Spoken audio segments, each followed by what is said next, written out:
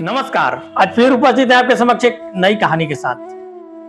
पिछले एपिसोड में मैंने आपको बताया था कि पांचों पांडव 12 वर्ष का वनवास खत्म करके अज्ञातवास के लिए राजा विराट के यहाँ भेष बदलकर चले जाते हैं। वहां पर पांचों अलग अलग जाते हैं, द्रौपदी भी अलग जाती है और अपना नाम बदल लेते हैं। वहां पर युधिष्ठिर कंक के नाम से एक दरबारी के रूप में काम करते हैं, जो महाराज के साथ जुआ खेलते हैं और उनको वो सिखाते हैं। वहीं भीम बल्लभ के नाम से रसोइया बनते हैं, क्योंकि भीम को खाने की सबसे बड़ी समस्या थी, तो वो रसोइया बन जाते हैं बल्लभ के नाम से और रसोई का काम करते हैं। बात अगर अर्जुन की करें तो अर्जुन वृणला नाम से राजा विराट की पुत्री उत्तरा को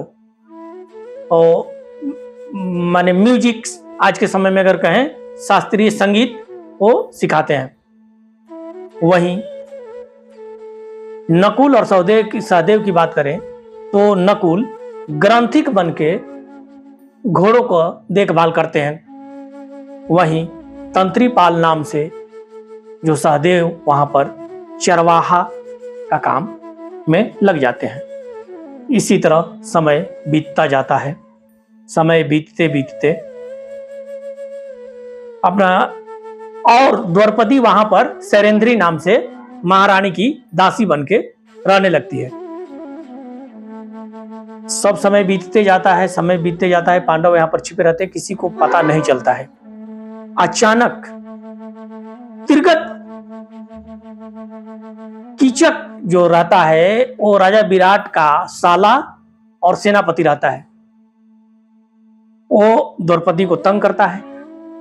द्रौपदी ये बात चुपके से पांडवों को बता देती है। उसके बाद भीम कीचक का वध कर देते हैं। अगर आपको ये कहानी अच्छी लगी है तो इसे लाइक, कमेंट और शेयर करें। साथ ही आप लोगों से हाथ जोड़कर निवेदन है कि चैनल को सब्सक्राइब जरूर करें।